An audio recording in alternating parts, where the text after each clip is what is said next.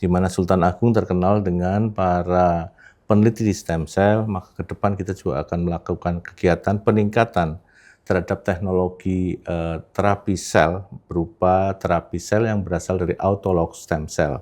Jadi sekarang kan pola hedonisme itu luar biasa ya. Jadi perubahan daripada pola-pola kehidupan masyarakat sekarang karena semuanya tuh serba instan. Ya, kita sekarang banyak bekerja sama dengan pondok pesantren, misalnya hal-hal Islami. Kemudian juga kita terlibat dalam berbagai literasi kegiatan dari mahasiswa serta komunitas-komunitas wartawan begitu untuk membuat edukasi tentang bagaimana kesehatan versus yang Islami.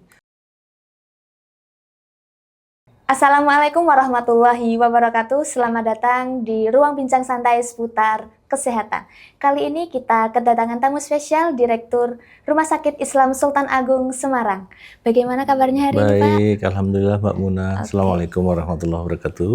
Mungkin bisa perkenalan dulu Bapaknya. Oleh saya Dr. Agus Ujianto, spesialis bedah dan Master Science of Medicine, dan sekarang menjadi Direktur Utama di Rumah Sakit Islam Sultan Agung Semarang di Jalan Raya Kaligawe, bertepatan dengan Kampus Unisula Semarang. Mungkin bisa diceritakan sedikit mengenai sejarah dan visi misi Rumah Sakit Islam Sultan Agung Semarang ini. Baik, jadi Rumah Sakit Islam Sultan Agung Semarang itu merupakan bagian dari unit usaha dari Yayasan Badan Wakaf Sultan Agung Semarang, YBWSA, yang sekarang diketuai oleh Profesor Dr. Bambang Tribawono SHMH. Dan pada saat ini saya kebetulan menjadi Direktur Utama yang melaksanakan tugas rumah sakit ini yang berdiri sejak tahun 1971, tepatnya pada tanggal 17 Agustus. Begitu. Dan untuk visi misinya selama ini memang rumah sakit ini merupakan mempunyai visi yang sosial ya, di mana mengikuti visi misi Yayasan Badan Wakaf Sultan Agung Semarang yang merupakan badan unit yang merupakan kegiatan sosial kesehatan di mana dia mempunyai moto melayani dan menyayangi sesama. Bisa dijelaskan apa saja layanan unggulan, Pak? Oh ya. Yang biasanya diterapkan di Rumah Sakit Islam Sultan Agung. Jadi Rumah Sakit Islam Sultan Agung Semarang itu merupakan salah satu rumah sakit Islam yang mempunyai standar syariah dan menjadi pusat rujukan standar syariah bagi dunia pelayanan kesehatan di rumah sakit. Nah, pada saat ini kita mempunyai layanan-layanan unggulan, kita mempunyai pusat-pusat untuk layanan mata, yaitu LASIK Center, begitu. Kemudian juga merupakan pusat rujukan bedah jantung ya, dan jantung non-invasif, yaitu kita punya peralatan yang lengkap, di mana tim-tim kita sudah melaksanakan operasi bedah jantung yang cukup banyak, dan salah satu merupakan rumah sakit yang satu-satunya rumah sakit swasta yang mempunyai bedah jantung. Juga kita juga mempunyai pusat nyeri, kemudian pusat kecantikan ya, buat kulit dan kelamin ya. Kemudian juga ada pusat untuk stroke. Itu pusat stroke center, sehingga kita kedepannya juga akan mempunyai layanan degeneratif anti-aging, di mana Sultan Agung terkenal dengan para peneliti di stem cell, maka ke depan kita juga akan melakukan kegiatan peningkatan terhadap teknologi terapi sel berupa terapi sel yang berasal dari autolog stem cell. Kita sebut sebagai autohemoterapi dan cell unit research everlasting, di mana ini akan menuju ke arah presisi medicine. Belakangan ini tuh banyak sekali isu mengenai penyakit tidak menular seperti hipertensi dan diabetes yang menyerang kepada anak muda. Itu pandangannya Bapak sendiri bagaimana ya mengenai isu itu? Jadi sekarang kan pola hedonisme itu luar biasa ya. Jadi perubahan daripada pola-pola kehidupan masyarakat sekarang karena semuanya tuh serba instan. Maka kebanyakan kita lupa bahwasanya manusia itu mempunyai standar penyakit, di mana sumber penyakit salah satunya adalah kongenital, kemudian berasal dari infeksi, metabolik, hormonal, degeneratif, neoplasma ya, dan juga dari trauma. Nah, salah satu yang menjadi kebiasaan kita adalah ketika kita tidak mengontrol, bahwanya tubuh itu punya taraf kelebihan, ya, punya kuota gitu loh. Nah, ketika kuota itu terus dihantam dengan sesuatu yang tidak sesuai atau tidak normal bagi tubuh kita, maka itu akan menyebabkan gangguan metabolis. Nah, gangguan metabolis itu kalau sejak awal, sejak kecil sudah dibom dengan sesuatu yang tidak natural gitu ya. Kan zaman dulu makanannya natural ya. Jadi tidak banyak sesuatu yang bersifat junk food ya. Maka supresi terhadap kebiasaan daripada organ-organ kita juga akan meningkat. Contoh kenapa orang banyak kena gula ya karena makanan gulanya dipres terlalu besar. Sehingga pankreas di dalam tubuh akibatnya membiasakan diri. Oh iya, kebiasaan karena makanan banyak masuk, maka sekresi insulinnya banyak, dan terusnya. Kalau terus-menerus, maka akan terjadi gangguan. Nah, ketika metabolisme insulin di dalam pankreas itu juga terganggu, maka yang terjadi adalah diabetes. Demikian juga makan terus-menerus kan itu radikal bebas juga masuk. Akibatnya ketika kita mau mensekresi, menyaring, dan sebagainya, ginjalnya bebannya terlalu berat. Sesuatu yang over, kemudian disaring, maka ginjalnya terganggu dan terjadi biasanya gangguan dari ginjal. Nah, kalau sudah terjadi gangguan ginjal, maka itu tadi, ginjal itu kan tempat pembuatan darah dan sebagainya, kemudian tempat kontrol ion-ion di dalam tubuh, maka disitulah terjadi hipertensi. Awalnya begitu. Nah, kalau sudah terjadi hipertensi, maka tekanan yang tinggi di dalam paralon itu kan, pembuluh darah naik, maka sampai otak ya bisa dijebol jadi stroke. Kalau sampai pembuluh darahnya terganggu di daerah jantung, kebanyakan kolesterol atau zat-zat yang memang menjadi plak di dalam lorong pembuluh darah, maka dia juga bisa jadi gangguan jantung. Jadi akibat pola hidup yang sekarang hedonisme itu, makan junk food dan sebagainya, terlalu banyak zat-zat kimia yang dimakan, maka mau tidak mau ya mengganggu sirkulasi metabolik di dalam tubuh kita. Gitu.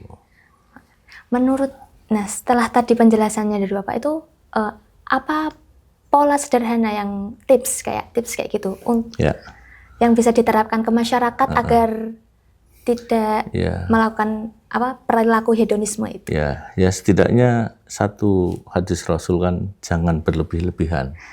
Jadi sebenarnya nanti pun arah presisi medicine pun akan berbeda. Satu orang mungkin Mbak Muna tadi kalau suka pedes standarnya level 1. Saya levelnya 2, tapi ketika Mbak Muna makan level 2, maka kan terjadi sesuatu. Sama, penyakit alergi juga sama. Sesuatu yang berlebihan, tadinya udang makan 1, makannya 10. Maka tubuh nggak bisa mengkompensasi terhadap alergen dalam tubuh itu. Jadi saran saya, makan secukupnya. Kalau balance, kalau memang biasa makan banyak dan sebagainya, banyak puasa. Maka sekarang kan ada tumbuh ilmu ya, sebuah konsep tentang intermittent fasting. Nah, dengan intermittent fasting itu artinya sebenarnya pencegahan dan mengelola tubuh agar tidak berlebihan dalam mensuplai makanan serta nutrisi ke dalam sel-sel tubuh kita. Gitu Mbak Muna. Peran rumah sakit sendiri, Pak, Bapak sebagai tokoh layanan kesehatan dari RSI Sultan Agung sendiri dikenal dekat dengan komunitas dan edukasi yang islami. Mungkin bisa dijelaskan program-program yang sering rutin atau sering dilakukan kayak gitu? Ya, kita sekarang banyak bekerjasama dengan pondok pesantren, misalnya hal-hal islami. Kemudian juga kita terlibat dalam berbagai literasi kegiatan dari mahasiswa serta komunitas-komunitas wartawan begitu untuk membuat edukasi tentang bagaimana kesehatan versus yang islami, bisa membuat kegiatan pelatihan yang bersama organisasi masyarakat yang ada, serta kami punya jaringan bersama masjid serta lembaga zakat seluruh Indonesia. Itu bagaimana kita agar selalu dekat dengan komunitas-komunitas Islam yang memang juga mensupport kegiatan secara promotif di masyarakat. Oke Pak, mungkin bisa sedikit informasi atau layanan promosi tentang RSI Sultan Agung ini Pak, bisa dipromosikan? Ya, silakan masyarakat yang memerlukan pelayanan di RSI Sultan Agung. Penting bahwasanya Rumah Sakit Sultan Agung rumah sakit tipe B, di mana kita merupakan pusat rujukan dari rumah sakit di bawahnya yang tidak bisa melakukan kegiatan pelayanan seperti operasi-operasi yang subspesialistik seperti operasi bedah anak, bedah saraf, bedah jantung, dan lain-lain, serta terapi-terapi yang jantung non-invasif, di mana mungkin pemasangan ring atau PCI di daerah tidak bisa, silahkan Anda bisa ke Sultan Agung. Demikian juga kalau yang punya gangguan mata, jika tidak ingin pakai kacamata gitu ya, silahkan bisa operasi lasik di Sultan Agung. Kita merupakan pusat pelayanan mata pertama di Jawa Tengah, di swasta yang mempunyai teknologi LASIK sampai sekarang. Oke. Apa pesan Bapak nih untuk masyarakat Semarang dan sekitarnya agar lebih peduli meningkatkan kesehatan? Ya, untuk meningkatkan kesehatan, kita semua harus tadi kita punya asupan. Tubuh punya batas kemampuan. Jadi jika makan secukupnya, aktivitas juga harus dijaga tidak terlalu lelah, tidur yang cukup, serta selalu ikhlas. Karena dengan keikhlasan itu maka tubuh itu tidak gampang stres. Rasa syukur kepada Allah terhadap apa yang diberikan dengan masalah-masalah yang ada, syukuri dan motivasi diri agar kuat terhadap menghadapi masalah-masalah yang ada, sehingga secara mental maupun psikis maupun jasmani maupun rohani, ya saya maksud, kita tetap bisa kuat. Sebagai fitrah manusia pasti ada cobaan terhadap jasmani maupun rohani kita. Nih, mengenai letak strategisnya RSI Sultan Agung ini kan rawan banjir nggih, Pak.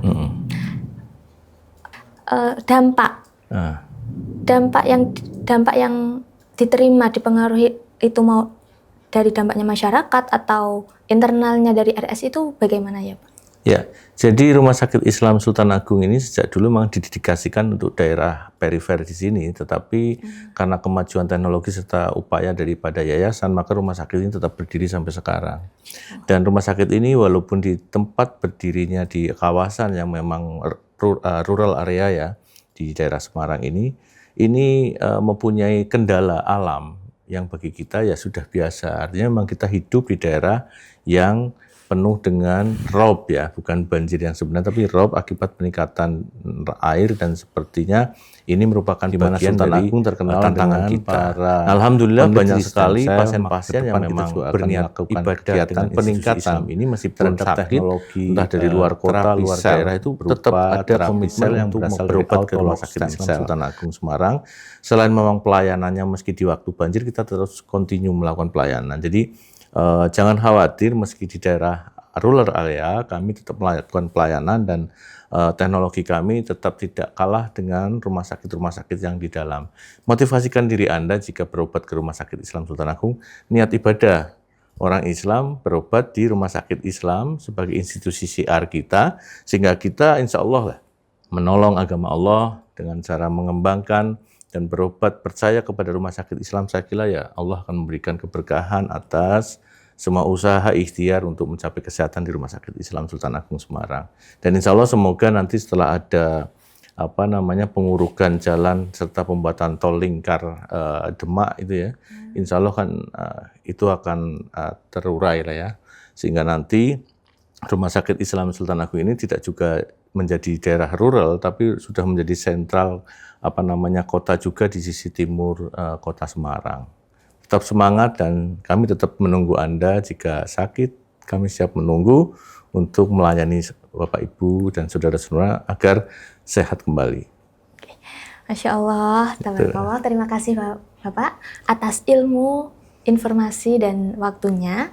Semoga kita diberikan kesehatan dan keselamatan selalu, dan RSI Sultan Agung Semarang ini menjadi rumah sakit yang memberi manfaat luas bagi umat. Amin, amin. Jangan lupa, sehat itu ibadah, dan menjaga kesehatan adalah bagian dari rasa syukur kita kepada Allah Subhanahu wa Ta'ala. Sampai jumpa di episode berikutnya. Wassalamualaikum warahmatullahi wabarakatuh. Waalaikumsalam warahmatullahi wabarakatuh.